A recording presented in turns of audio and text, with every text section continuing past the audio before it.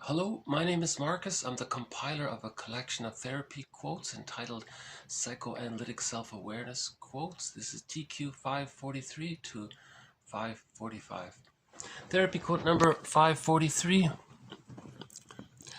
Klein explains that clients need to arouse their therapist's love in order to discover their own capacities to love and feel lovable, much as infants find their love feelings in response to, not prior to, being loved and cared for.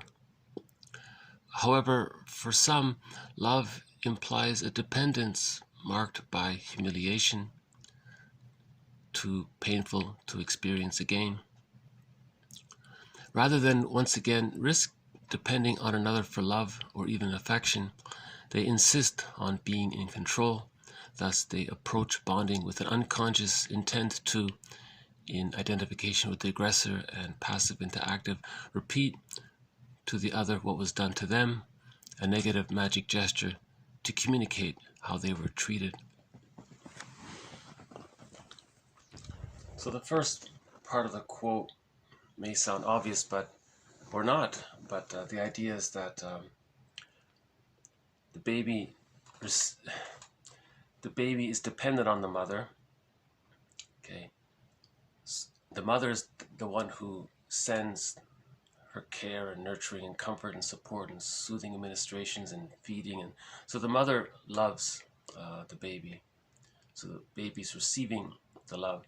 So then he feels he's been loved. He internalizes that. So he's lovable. He projects his basic goodness onto others. Okay, and then he can, because he's loved, he feels he's lovable, and then there's a cycle there. So love makes the world go round, right? So the mother loves the baby internalizes that, the baby can then love others, and so on, right? Now, when there's an anxious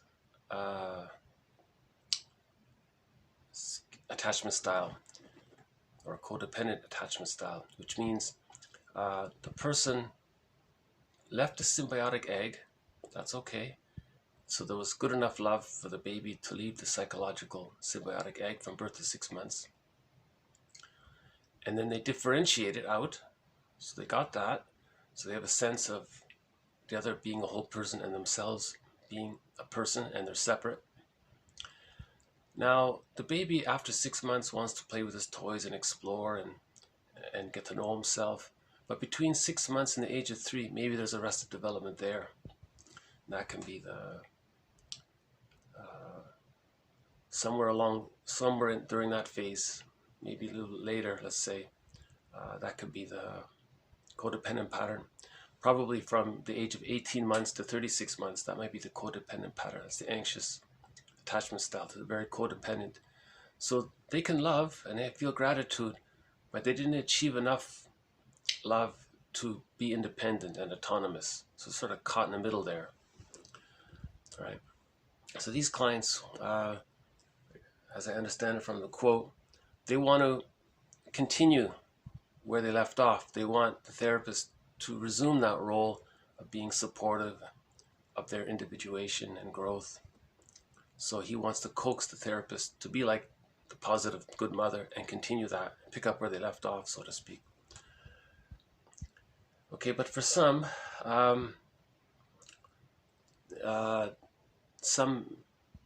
achieved arrested development prior to the age of 18 months. So let's say, so there are two variations of arrested development between birth and 18 months, let's say.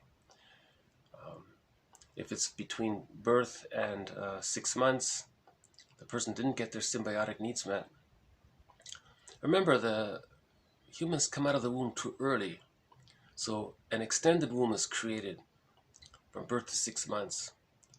Okay, that womb is as important for psychological birth to occur at 3 roughly, as is the actual physical womb is for the biological birth.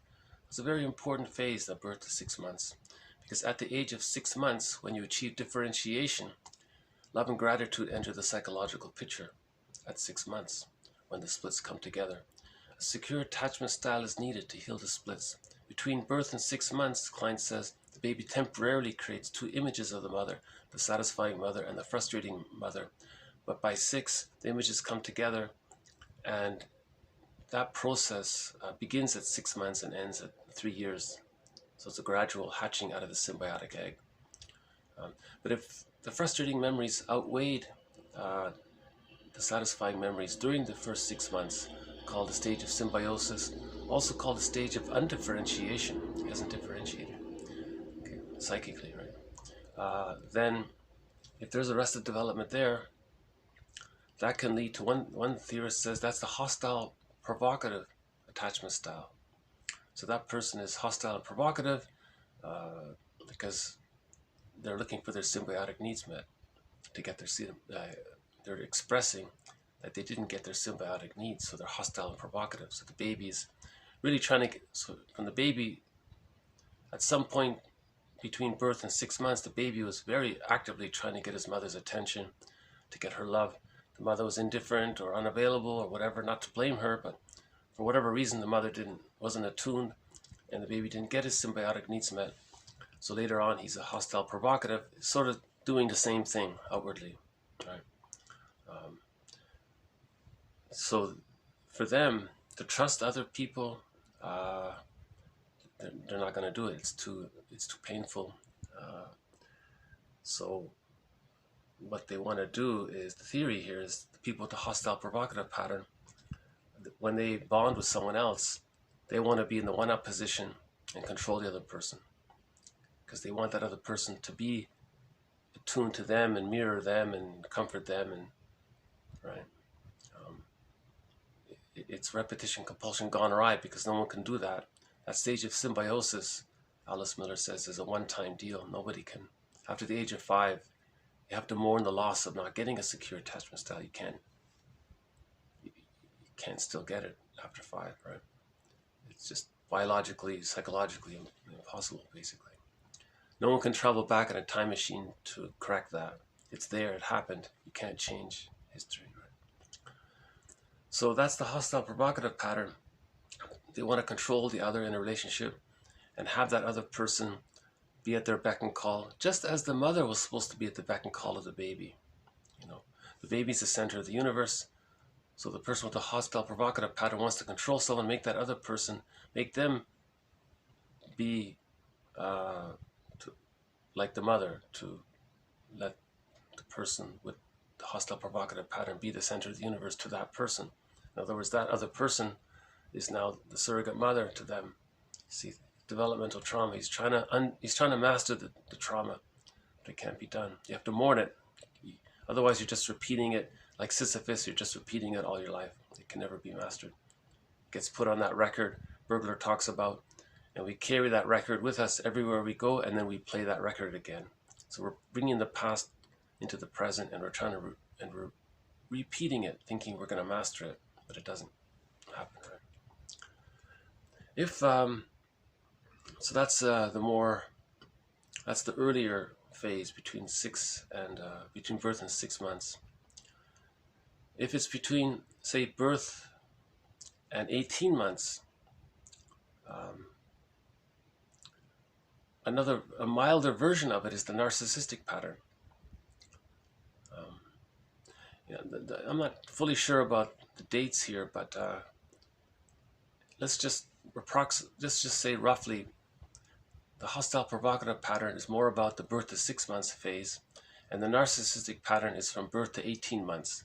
So there's some overlap there. If the arrested development takes place before the age of 18 months, or even a year, let's say, that's the narcissistic pattern. Okay. Now, of course, the earlier one, the hostile provocative one, that includes the narcissistic pattern as a part of it, but it's more aggressive. Right? The narcissistic pattern may not be so hostile and provocative. But the narcissistic pattern, the person is going to do the same thing. They want to control the other. They want to stay in the one-up position. They don't trust affection and love. It's just power over. That's all they want. Right? So So in both cases, the hostile, provocative, insecure attachment style and the narcissistic pattern, what's happened is that they don't want to trust anyone anymore. They haven't achieved ontological security, right? They haven't achieved basic trust. The splits have to come together to achieve love and gratitude. For them, the splits are still the psychic representation of the frustrating mother is so severe, it's denied. So there's a splitting there. With a secure attachment style, the image of the mother as a whole person, satisfying and frustrating, can come together, and the person can get that and be okay with it. But if the frustrating memories are too severe, the person can't handle that. That's the splitting defense mechanism. Right? Splitting precludes love and gratitude, the psychological birth. Splitting precludes the secure attachment style. When there isn't so splitting precludes mourning. When mourning doesn't take place, the person that leads to complicated grief with further losses. That can lead to pathological nostalgia or melancholia or stress on stress, chronic grief, grief gone awry, chronic sorrow, that kind of like stress. Okay, now that can lead to the symptoms of PTSD, and that can lead to, as one person said, to becoming a curmudgeon, not an elder, because they're caught in that infantile developmental trauma of harboring or carrying so much unconscious hostility towards the mother that they don't know it. So the narcissistic pattern identifies with the aggressor, usually, and then they do to others what was done to them, because infantile megalomania is still there up until the age of 18 months. Okay, so to preserve the infantile megalomania didn't get resolved, they have to identify with the aggressor. They project the wounded inner child onto others and do to others what was done to them to communicate what the mother did to the person as a child, as a negative magic gesture. They're caught in the repetition compulsion gone awry. He's trying to communicate what happened to them. Because the psyche seeks wholeness, so he's acting out as a form of experimental recollection. He's trying to see what his mother did to him. If he can see what he's doing to others, he may realize, hey, is that what mother did to me, what I'm doing to others? So he can begin the healing journey that way, if he can see, make that connection. And similar with the hostile provocative pattern, if he can see that he didn't get his symbiotic needs met. A similar idea. Passive and active. So the child was passive in identification with the aggressor. He's now active. It's not a great phrase, but it comes up sometimes. But that's what they mean. Again, Klein explains that clients need to arouse their therapist's love in order to discover their own capacities to love and feel lovable, much as infants find their love feelings in response to, not prior to, being loved and cared for. However, for some, love implies a dependence marked by humiliation too painful to experience again, rather than once again risk depending on another for love or even affection. Yeah, see that point there, even affection. People with a narcissistic pattern, they're not affectionate or tender. It's either cold or aggressive or rude or something like that. Right? You have to get past the 6 month stage. Okay, love and gratitude enter the psychological picture at 6 months. There's tenderness and affection and so on. Right? Okay, they insist on being in control as a result. They approach relationships with an unconscious intent to do to the other what was done to them. Because that's a developmental trauma, so they're going to communicate the developmental trauma by doing to others what was done to them. Hurt people kind of thing. So it's just to build awareness. It's not meant to... the healing journey is to build awareness, to understand what insecure attachment style did the person acquire. Right? Was it the anxious type? Okay, so they just need a little extra to get over to the psychological birth. They have the fundamentals, but not quite enough. Was it prior to that, the narcissistic stage? Okay, they weren't seen, they were objectified, exploited by the mother. Okay, and that's what they do to others, right? We had that mentioned to that novel, from the 60s that explained how the mother exploited the child. He grew up and exploited everyone else, and he had all of these rationalizations for why it should be like that. And he didn't realize that all of his rationalizations were basically parroting phrases of what his mother told him. You know, he didn't realize it. He sounded just like his mother, in other words, you know, but he didn't realize it. So he spent his whole life exploiting others. And just like the mother was desperate to get her needs met because her needs didn't get met. So there's the intergenerational trauma. So awareness breaks the intergenerational trauma, right? With the awareness, we can stop the intergenerational trauma. Like that quote from 2 or 3 days ago, the mother said to the therapist, Sperling, the quote by Sperling, the mother said to the therapist, look, if I have a child, I'm going to do to the child what was done to me. The child's gonna hate me just like I hate my mother. Help, right? So then she worked through the ambivalence and the anger towards the mother. But you need help with that, right? You know, I guess you can take a pillow and, you know, hit the mother with the pillow or something. I don't know. But ideally, you want to. But see, you want to talk about it, right? Like it doesn't. Anyways, in other words, healing involves admitting the unconscious anger towards the mother. To put it bluntly, constant idealization, constant worship, constant on a pedestal, all of this, that's a sign of the splitting defense mechanism, right? At some point in a person's midlife audit, they are going to probably get in touch with what happened, the reality of what happened, that their mothers were ordinary people caught in their existential dilemmas, unable to offer the love that the child needed, and they didn't know how to offer that secure attachment because they never got it. So forgiveness of the other, okay, brings up feelings of what happened. Reparation of the other then leads to reparation of the self. As we heal the splits, the psyche wants to heal the splits, and love is embedded. That's the love energy. The reparative forces that heal the splits, that's pretty much the love energy at the same time, right? So we had that previous quote, you have to hate first before you can love. In other words, you have to hate the mother first before you can love her, right? I mean, accept her as an ordinary person, right? Yeah, big topic. Each quote just sort of builds and adds little ideas. Each quote sort of, no quote can perfectly stand alone and summarize the whole thing, you know. I don't think so. That's why this series goes on. I'd like to think that if you've been following the series, each little bit you'll notice maybe adds to previous knowledge, and then links can be made gradually that way. Klein talks about splitting as the defense mechanism the baby temporarily uses to deal with the mother during the first 6 months, to see the mother as loving and frustrating, but the baby denies the frustrating memories. But at 6 months, he can accept it, and the splits come together to form a whole object relations. That's a secure attachment style. Huge accomplishment, because with the secure attachment style, the child can have an image of himself as separate from his mother. A huge accomplishment. Now he has the basis for a sense of self, ontological security, basic trust, love and gratitude enter the psychological picture, and so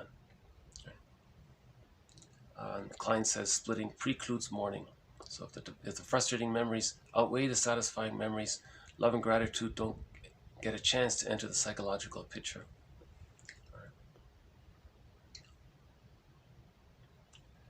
Okay, another quote from Schaeffer, 544. Recall a person in your early life with whom you had a significant negative experience. Then ask yourself if at other times in your life you unconsciously expected others to treat you in ways similar to that person. So that's sort of like a self-help kind of exercise. She's saying she was trying to teach her readers about the idea of transference. right? Recall a person in your early life whom you had, a significant person. So just think about it, one of the parent, just think about one of your parents. Ask yourself, do you unconsciously expect others to treat you the way you were treated? So there's the idea that we, if we do expect that, we may interact with other people based on that. You know. On a similar idea, 545, projection creates pressure in the interpersonal interaction to draw the other member of that interaction to fulfill the expectations and inherent demands of the projection. So this adds to all of our previous quotes on projection. This quote sort of bridges the idea of projection and projective identification. So if you project the rejecting image of the frustrating mother onto others, that's one thing. That other person may feel like, is he expecting me to be such and such a way, or to do such and such, or think such and such? The other person may feel a little pressure towards that. That's because the projector wants to see what he's denying in himself outwardly. If he's very active about it and is trying to coax the other person to demonstrate aspects of the projector's rejecting mother, that's called projective identification, where he then sees that there and then convinces himself through rationalizations that the other person is just like the frustrating image of the mother.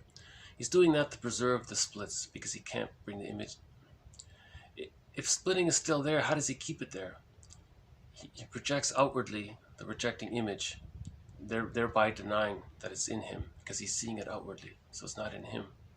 That's called projective identification. So this quote sort of bridges both ideas of general projection and projective identification. Okay, so we had a little bit on Klein, attachment theory, repetition compulsion, transference, and projection. Okay, I know there's jargon here. As Robert Bly says, forgive psychology for its jargon, just forgive it. I don't see the blue jay, but we got a...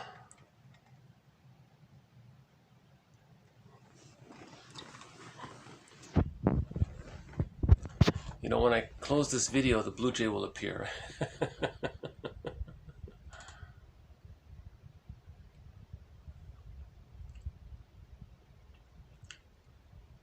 We've had a lot of quotes by Melanie Klein recently, in the past couple of weeks, on the defense mechanism of splitting. Key concept. It may be, at the end of it all, the most important concept. We've got to heal the splits. You have to face this unconscious ambivalence. Because once we do, love and gratitude enter the picture. If we don't, if the person still, if splitting is unresolved, it's still there. That's where all the envy and hate and all that awful stuff comes from. Because the person is trying to maintain the split. Because Klein said the prototype of the image of the loving mother is the breast, an inexhaustible flow of goodness. That's the image of the goodness. So in envy, there's hatred of the goodness because the person as a baby needed that goodness. He may be greedy at first, but it's insatiable, just like he thinks the breast was inexhaustible. But it's a repetition compulsion. You can never be satiated, so it's insatiable. That's why repetition compulsion goes awry. Sometimes there's envy. He's both greedy, and then he sees the goodness and he can't get it. He wants to destroy it because that's all his anger related to not getting the love he needed. You see, with splitting, there's greed, or there could be envy, or both. Right? So envy means hatred of the good. Right? Greed means I want it all, but it's insatiable because the person thinks goodness is meant to be continuous flow. So his greed is insatiable because he's measuring things from the baby's point of view, so-called infantile yardstick. His measurement is based on the baby's perception. That's the infantile yardstick. See, after age of 5, those perceptions are meant to be existential hearsay by the age of 5.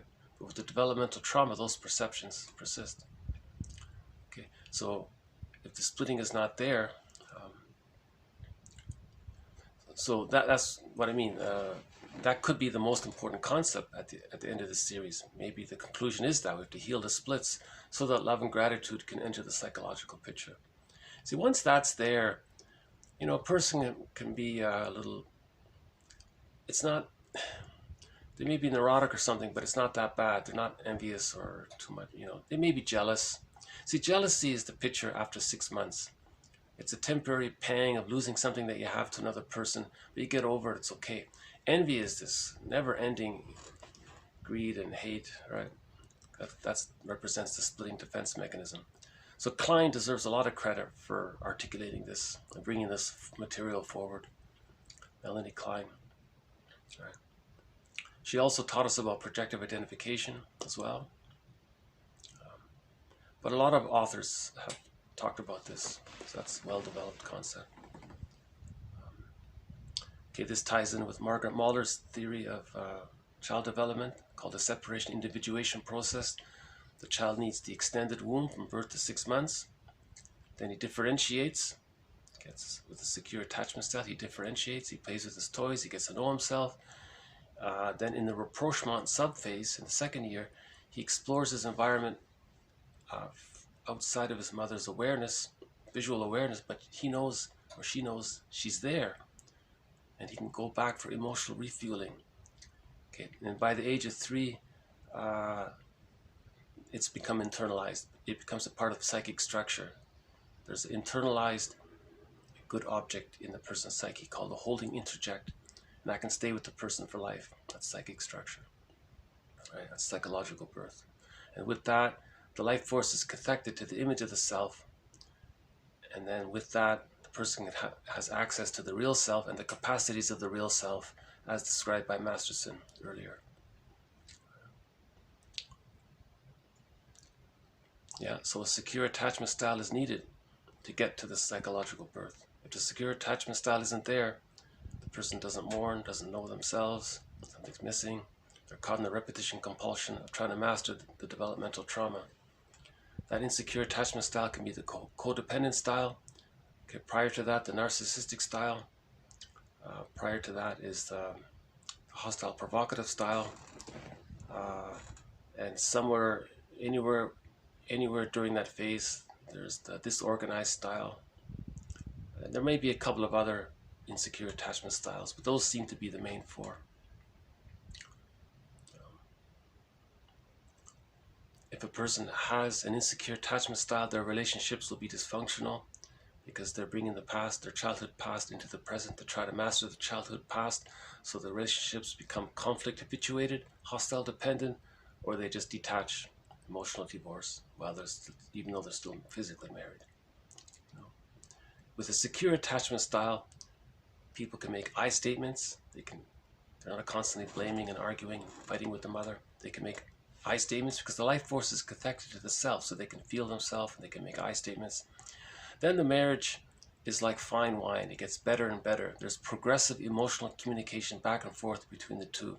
That leads to marriage becoming like fine wine. It gets better with time. You know, that's with a secure attachment style. Okay, a little bit on projection and projective identification. Okay, so we're just adding we're considering these theories and these ideas. Like Robert Bly says, each person has to figure out for themselves which is true, which is not true. He would begin his lectures sometimes with the sentence, 30% of what you're about to hear is wrong.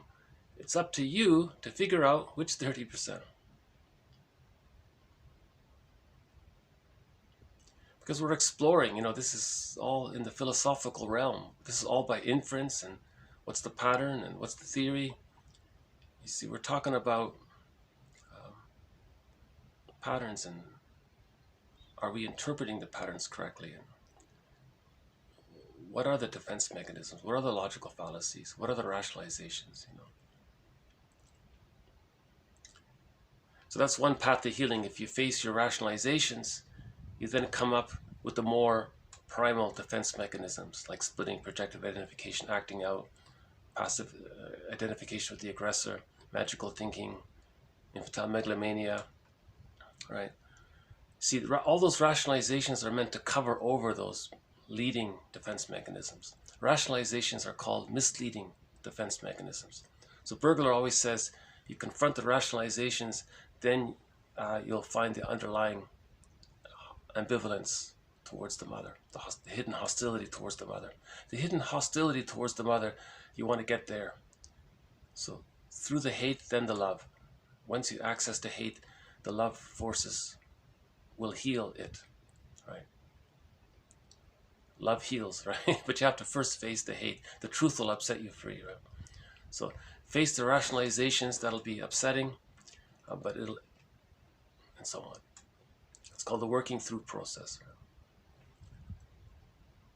Okay, I'll just leave it here for today. So thank you very much. This has been TQ 543 to 545. More to follow. Thank you. Bye for now.